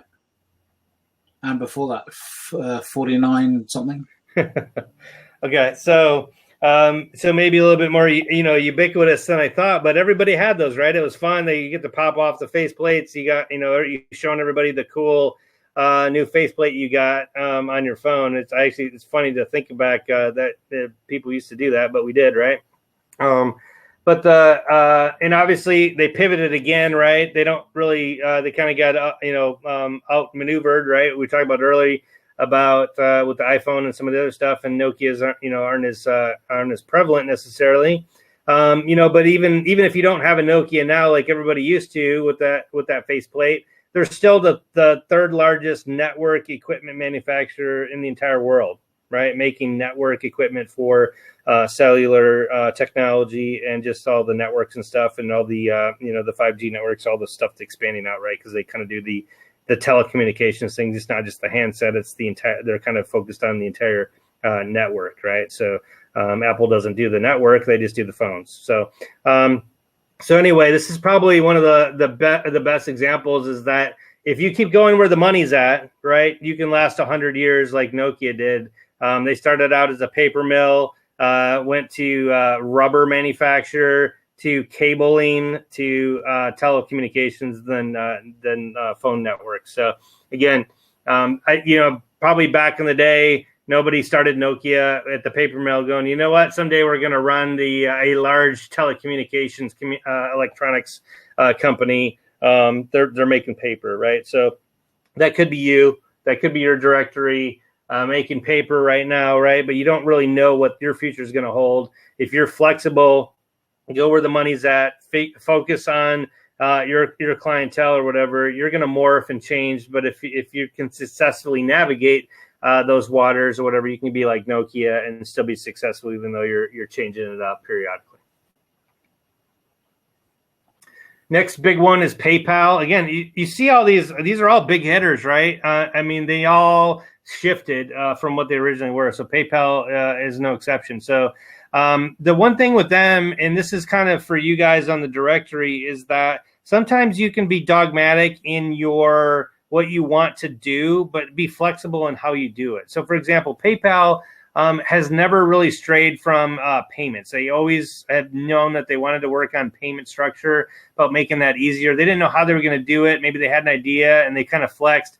They've always done payments, but it's gone through many permutations. And so while the focus has been the same, the execution has not. So just if you're one of those people who is kind of more dogmatic or wants to do your certain thing, just realize you can kind of maybe, realistically live out your dream of that or focus on that or your niche or do that, but still execute maybe not exactly how you originally had planned. So PayPal started out as a company called FieldLink, and they had some techie guys there that did encryption for cell phones. This is like actual hardware, like encryption for phones and software that worked with the hardware. The only problem is that they were entirely dependent on somebody building that actual application into the phone. So that they didn't have the funding for that. They didn't want to have to go through that or try to convince some actual phone manufacturer to put their encryption stuff into their phone. So they knew that wasn't going to work. So they needed to do something in the interim before phones took off. And this is kind of one of those timing issues that wasn't necessarily prevalent in that list there. But for PayPal, it was one of those just timing issues where there weren't that many cell phones that had that encryption stuff on there. So they renamed themselves to a new company called Confinity in 1999. And they actually built their own software application to allow that financial stuff that they originally built the encryption for to happen. But as funny as it sounds, it literally was built to beam, back when they were doing all the infrared stuff between phones, it was built to beam money between handheld devices like a mobile phone, a Palm Pilot, and a pager, where it would beam data back and forth, and you would like hold your phone up to somebody and beam money, back and forth between your phones. And obviously, that had its limitations too, because not everybody had Palm Pilots, right? And not everybody had that infrared stuff. I actually can still remember that when it came out. It was some cool technology, but you had to be near somebody, and they had to have one on there as well, and you'd be in proximity or whatever, and you had to. It just didn't work, right? It wasn't ubiquitous enough. So again, they changed course, and they decided that they'd do Palm Pilots and email. So they quickly found that email grew, and then nobody actually used it for Palm Pilot. So again, just kind of going back to what people were using, they kind of went where the market was. They realized the sending of data via an email or just sending money that way was easier, and so they kind of morphed their technology to do that. And they really didn't even have that much following then. Not many people were using that because they didn't really know, where their people were. They had an idea, they knew what they wanted to do, they just couldn't find their crowd yet. And then the eBayers discovered PayPal, right, of sending money back and forth between people that weren't real businesses, that didn't have real business accounts or whatever, and that were not at the same location as each other. And they kind of wondered, hey, what the hell is this eBay thing? I don't even know what that is. They didn't even know. And once they discovered that those were their real users and their use case, it just clicked, right? And so maybe that's for you. Maybe you have a partner that you are going to stumble upon, or that you need that you go find, or maybe you have an idea what you want to provide, but maybe it's more of an idea and you don't actually have your user base. But as soon as you find that right Facebook group or the right club that is involved with that, your business may take off. So don't be afraid to look for that or be open to that.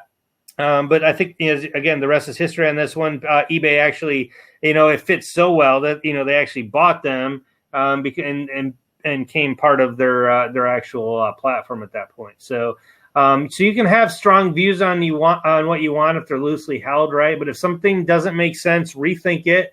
And understand that your customer use cases intimately. And if you find a new tribe that use your service, support them, right? And then invite them in there, and maybe those are your people, right? Those are the people that you need to market to, the groups that you need to frequent. And again, PayPal is an example of that was able to shift because they found the people that was going to use their idea that they originally had. So Pinterest, another huge one. This is actually a quote from one of the investors on Pinterest. They said, Pinterest is an overnight success, 4 years in the making.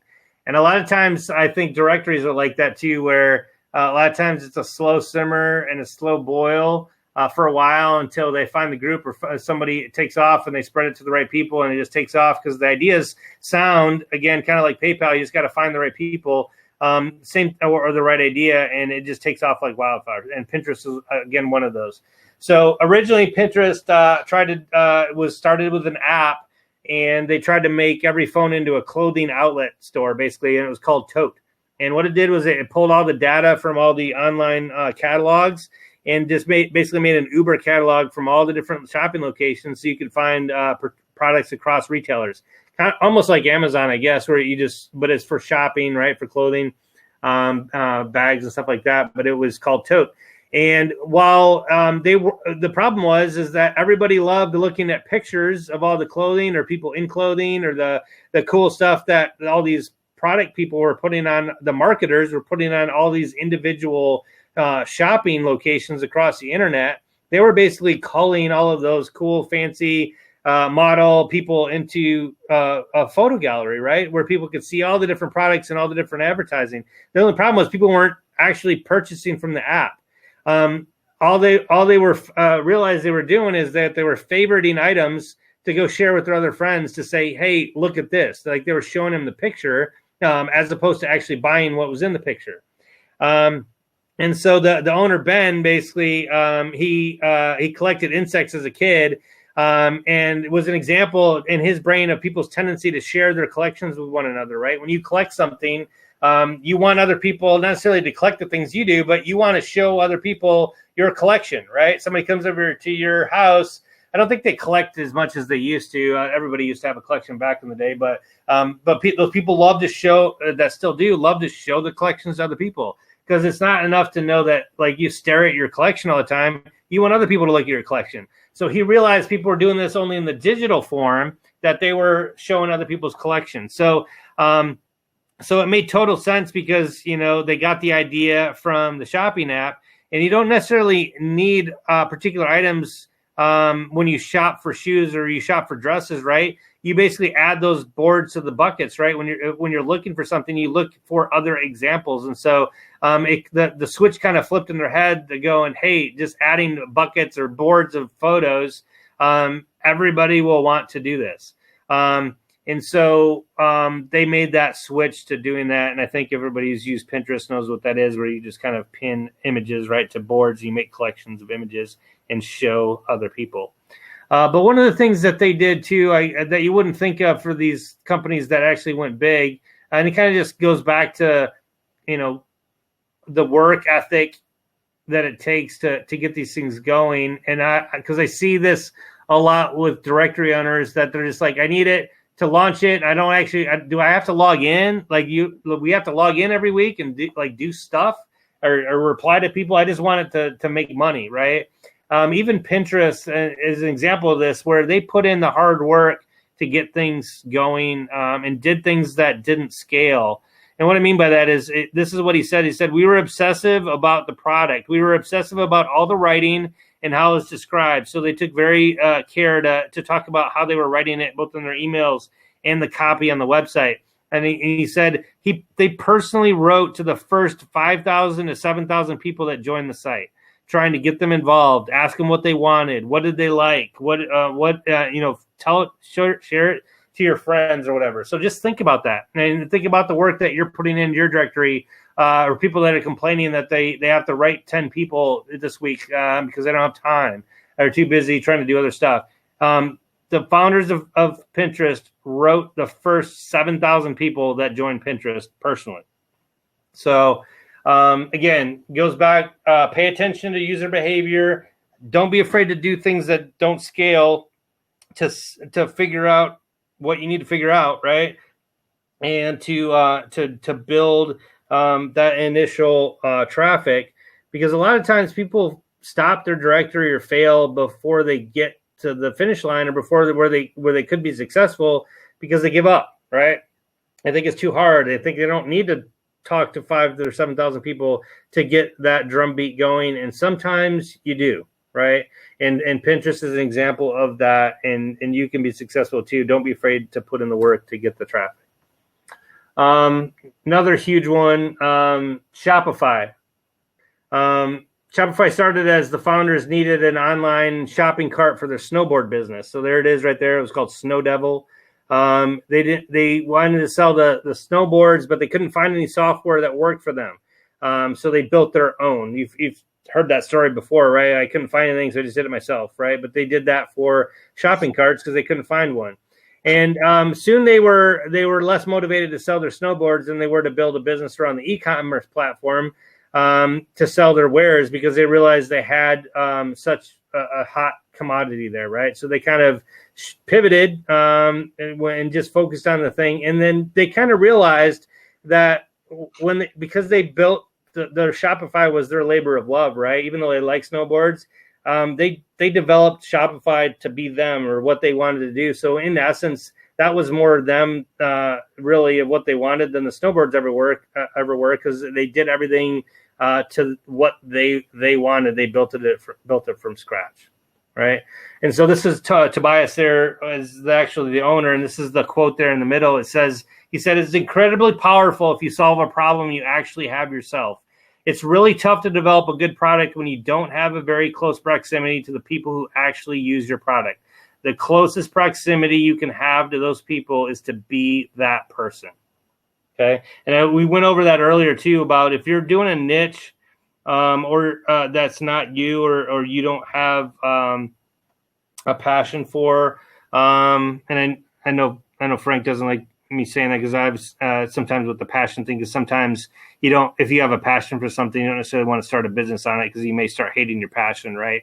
There's something to be said for that as well. But realize that what it kind of is saying is that if you're not into your product or into your directory or know what it can do, you can't explain it, right? If you don't build out the features with the stuff, the fields that you want, you're not going to be able to tell other people or make the sale, right? Because you don't even know or believe in that, how powerful it is of the directory you've set up. So bottom line is you got to get in there. It's got to be you. You got to know what your directory is doing for people in order to sell that. And then the last thing is that, they focus their product development on building features that help people sell more, because every sale for a customer meant more revenue for them. And so they were able to focus in on not only what they loved, but they were able to focus on the piece that made them more money. And that's where they put their time. So don't be afraid to scratch your own itch, right? I guess on this is what I would say there.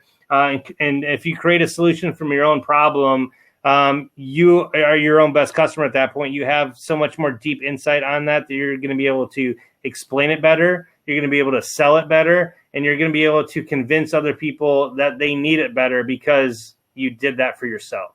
And Spotify is a perfect example of that you can take as a lesson for your directory. All right, two more, and then we'll go over a review here. So a couple other big hitters here. Twitter. Twitter started in 2005 as Odeo. You guys may recognize that logo or that name or whatever, but that was actually Twitter back in 2005. And that was, I don't know, Rich, if you know that name or whatever, where you can find and subscribe to podcasts back in the day.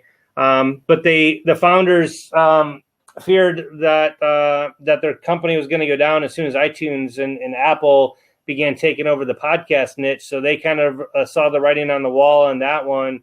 And so they literally, they basically said, we don't either have the resources, the stamina, the drive, or the knowledge on that at that point to go head to head with iTunes. So they basically threw in the towel and they said, nope, we're done. Not doing that. They called an all employees meeting and said, guys, as the executive team, we've made a decision and we are not doing podcasts anymore. As a team, we have 2 weeks to come up with a new idea. Everybody give us your new ideas for the company. We're going to change dramatically. It doesn't have to be even the same thing. And we're just going to run with the best idea. And so I think, is it Dorsey? I can't remember. I may be saying the wrong name on that, but he's an employee there. And he basically came up with the off the wall idea, and he had the idea for a status updating microblogging platform, right?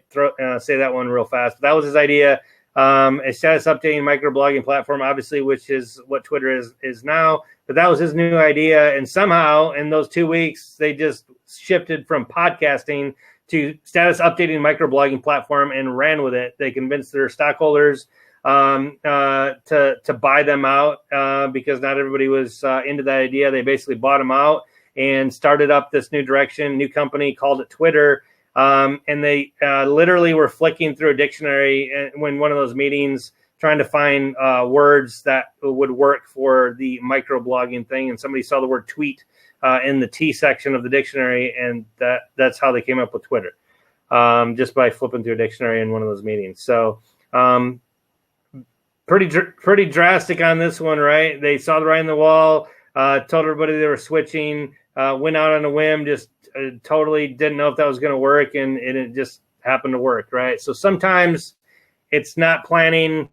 Sometimes it's just dumb luck, right? And so don't be afraid of basking in that sun if you're lucky and stumble upon a directory topic that nobody did or has ever done, or an audience or people that are willing to pay for developing or whatever. Sometimes you're just lucky. Or pick the right topic or pick the right group or whatever, and there's nothing you can do about it, and no way you can plan that. And Twitter is an example of that, right? And so who knows, maybe that's you. Maybe you'll get lucky like Twitter and just totally stumble upon something awesome with your directory. And then finally, YouTube. This one's going to be fun. We're actually going to show you the first YouTube video ever, if you guys haven't seen that, but for those of you who did not know, and it's hard to imagine YouTube now being small, other than the massive success that it is right now, but it was not nearly as successful as that to begin with. You can see the actual screenshot there of the original YouTube. I always laugh at these early instances of these websites or whatever, but that was it, where it said favorite, messages, videos, and profile. And the reason it says my profile, videos, and messages is because it actually was a video dating service when it started, where users could upload short videos describing their ideal partner and browse for potential matches. So it was the swipe right of the day. But the funny thing was, their slogan was actually tune in and hook up. That was their original slogan. Before it was Netflix and chill. Yeah, exactly. But they saw the potential being a wider and more efficient host of online videos, and so they pivoted. So I'm going to show you this. I'm going to show this to you guys. This is I've never seen this. You've never seen this? All right. So here we go. We're going to watch the original YouTube. Actually, are you in the video? No, no, I'm not yet. Am I in the video? It kind of looks like it, right? It's my cousin. Okay. Let me go grab the video here. Hold on a sec. Your cousin Brian. That was a full circle back to elephant ears I saw. Right. Yeah, it's actually I don't know if there's some hidden nuances here in his language, but there is some reference to the elephant trunk. I'll just leave it at that. Oh, okay. I knew. Yeah, I'm not seeing a screen share. Just hold on. I'm just Okay. gonna let's see why I can't load a video. Wow, I didn't really. Some things you say take for granted, but there's always a first member on a directory and a first tweet. But I never really thought about the first YouTube video, because I saw some stat today. I mean, it's insane. Like the amount of video content is loaded every day, every hour, every second. I know. It's just staggering. So I may have actually broken the internet. It's called Me at the Zoo. Here we go. Hold on. Okay. Hold on. There we go. So let me turn up the volume here. Oh, that is a younger version of you. Yeah, it's I'm claiming no credit. Although maybe I should, because with the 167,000 views or million views on here, I may be getting some. That was just April 2005. You're talking about April 2000. You talk about the one in the background with the big tusks, right? Yeah. So here we go. Hey, you lost a lot of weight since then. It's an 18-second video from the San Diego Zoo called "Me at the Zoo." All right, Really so here we original. are with the elephants. Cool thing about these guys is that they have really, really, really long trunks, and that's cool. and that's pretty much all there is to say.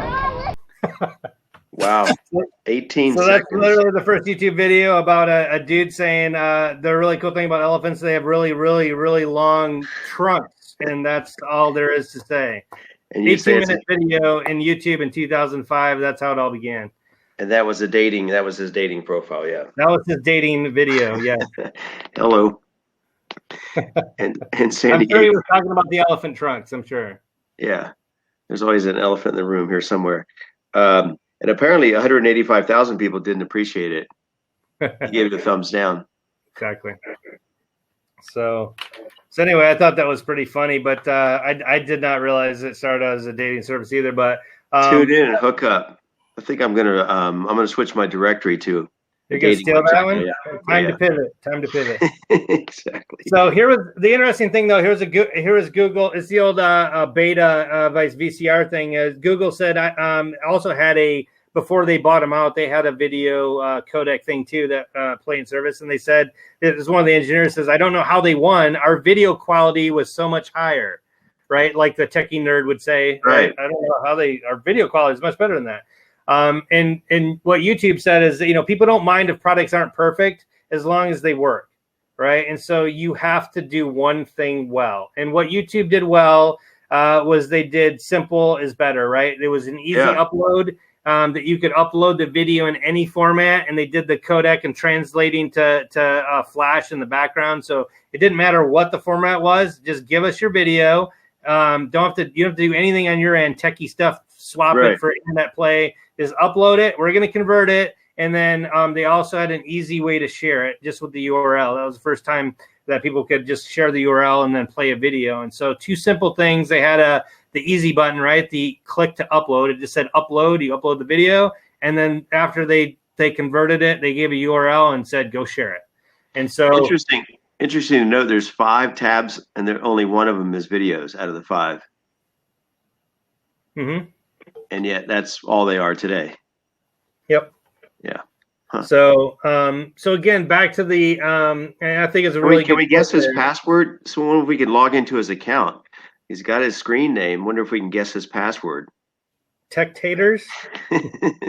That's back with the password of and when there were 2-letter passwords. The dial my phone number 1289, right? Right. Exactly. Yeah. But so the really interesting thing there is, though, and I can't iterate or harp on this enough, is that people don't mind if the products aren't perfect, right? And so a lot of times people think they need to have their directory perfect before they can start up or whatever, and it's just not the case, right? Get there, figure out what people want, and then go from there. So we've already kind of gone over this, and you guys can screenshot this if you want. I'm not going to harp over these all again, but these are the lessons learned from each one, right? And the Android realized that you need to understand your market opportunities and then prepare financially if you need to scale. And we talked about that. Flickr realized that they need to focus on the use cases. Don't underestimate people's desire to express and for that community, right? To find the people. Once you find that community, you can utilize that to your advantage. Groupon and Yelp paid attention to how people use their product, even though it was ways that they didn't originally intend, and they shifted their focus to what people were actually focusing on in their product. Instagram started over from scratch and redid their entire frame of mind. Nokia just kind of started moving wherever the money was or whatever the market was, and they've stayed in business for over 100 years just because they followed the money. PayPal. They had strong views of what they wanted, but they rethought what they wanted, and they understood what their customer use cases were very intimately. And once they found that tribe that really got what they were, they just fully supported and went all in on those people. Pinterest paid attention to user behavior, and they focused on things that didn't scale and kind of really did the slow burn in development and got everybody involved. And then before it crescendoed, right? Once they got people really into the platform that could then evangelize for them. Shopify built something that they needed and then found other people that also needed the same problem. Twitter was lucky, so maybe that's you. And then YouTube just realized that they didn't have to have a perfect product, but they did one thing well, and it was simple. And so sometimes simple is better to resonate with people, so they can just adopt the product better, and then go viral from there. So hopefully everybody kind of grabbed some lessons learned out of all those that we talked about today.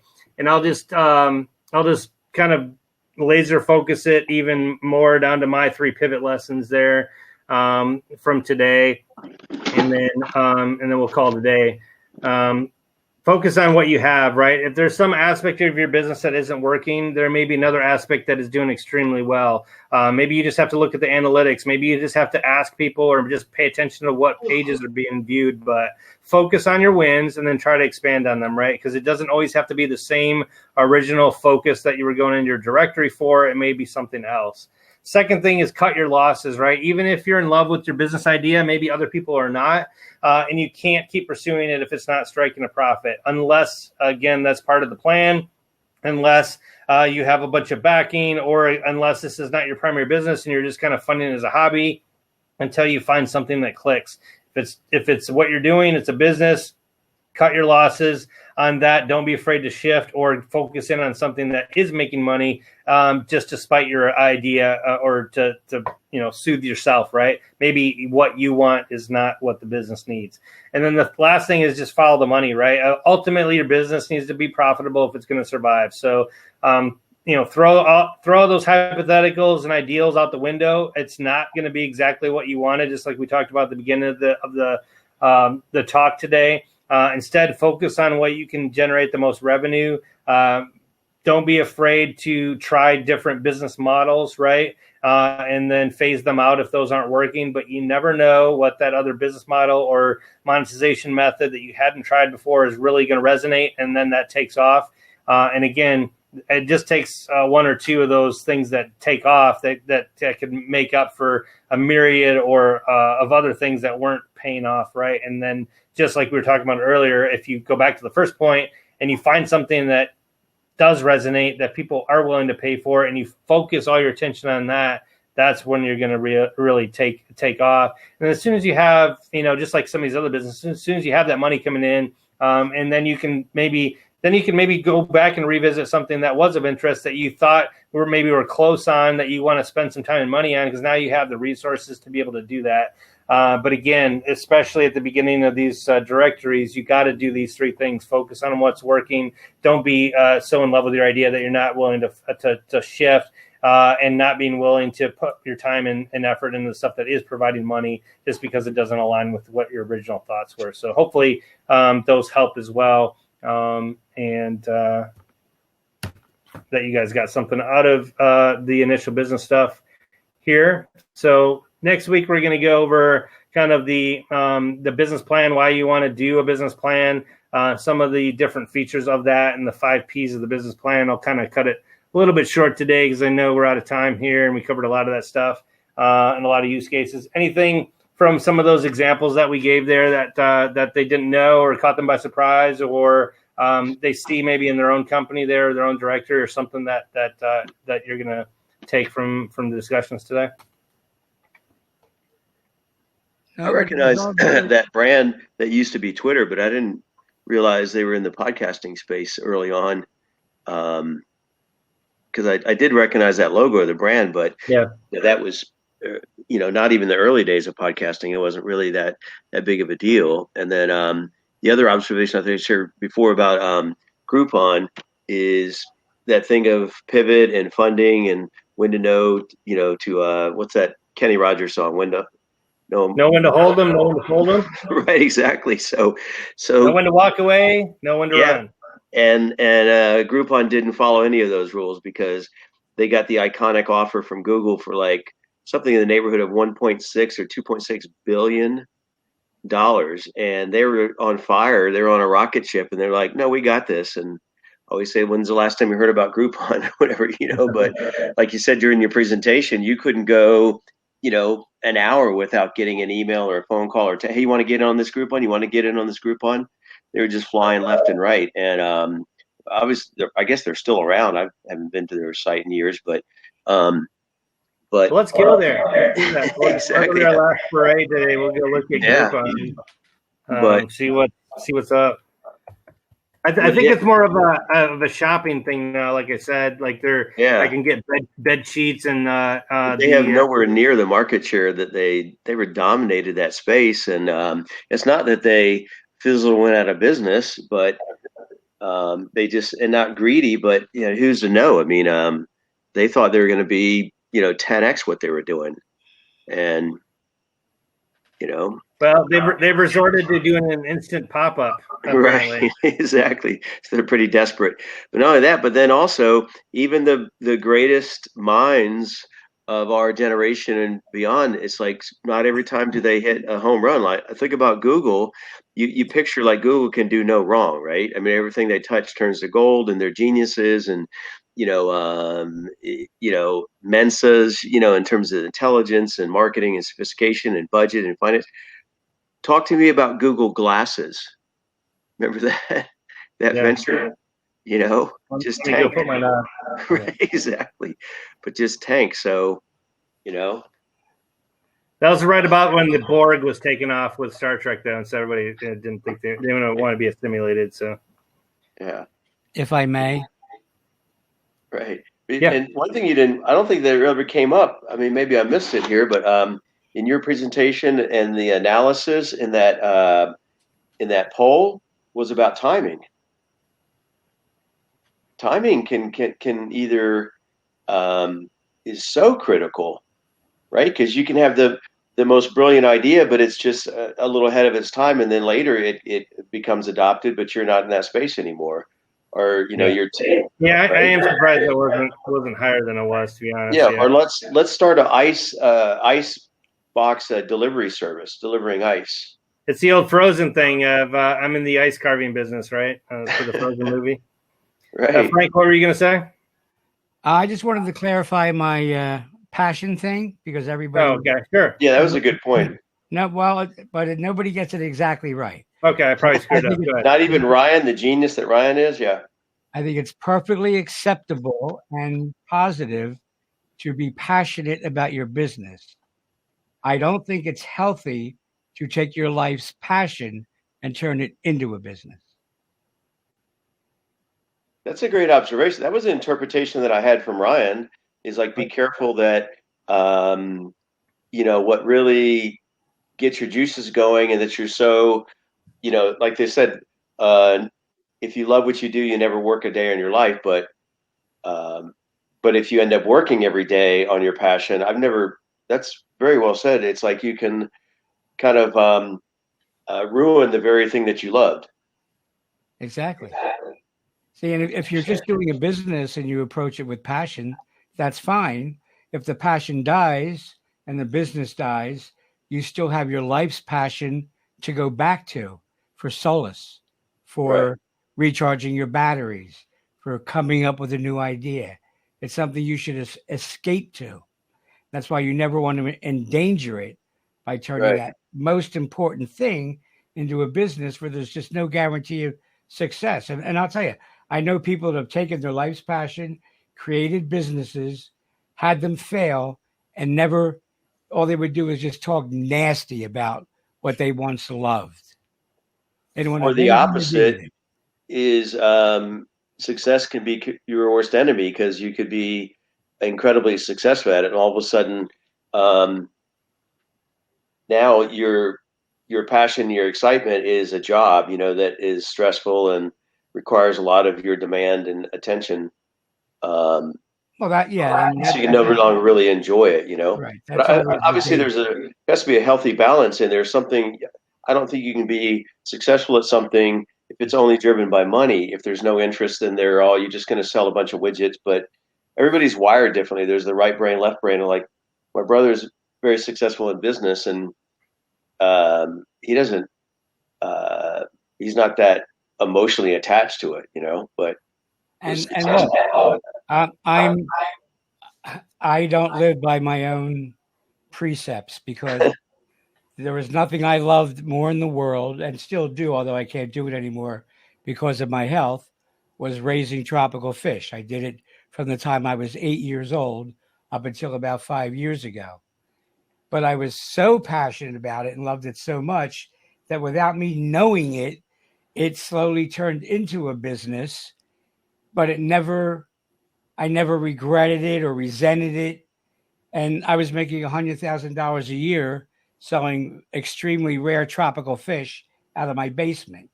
So I had the best of both worlds. Right. I really was making a lot of money at something that I loved more than anything in my life. Wow. Anything. But that's a rare instance. And so when people say to me, well, gee, you did it. And I would just say, I was lucky. A bit of an anomaly, Like yeah. you said, just like Twitter, sometimes you're lucky, right? Yeah, absolutely. I mean, this is off topic, but this makes a good point of why you need to use the right image. I was staring at this forever. I was like, is that a neck or a arm? Like, I didn't know what that was. I was staring at that. I just found it really.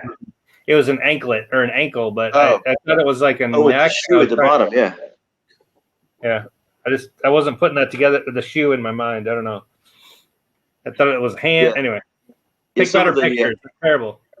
I think America's funniest videos. Did you stop recording? What was that? Did you stop recording? No, I will now. Okay, just now as a reminder, if anybody wants to go to YouTube, me at the zoo, that's not really me at the zoo.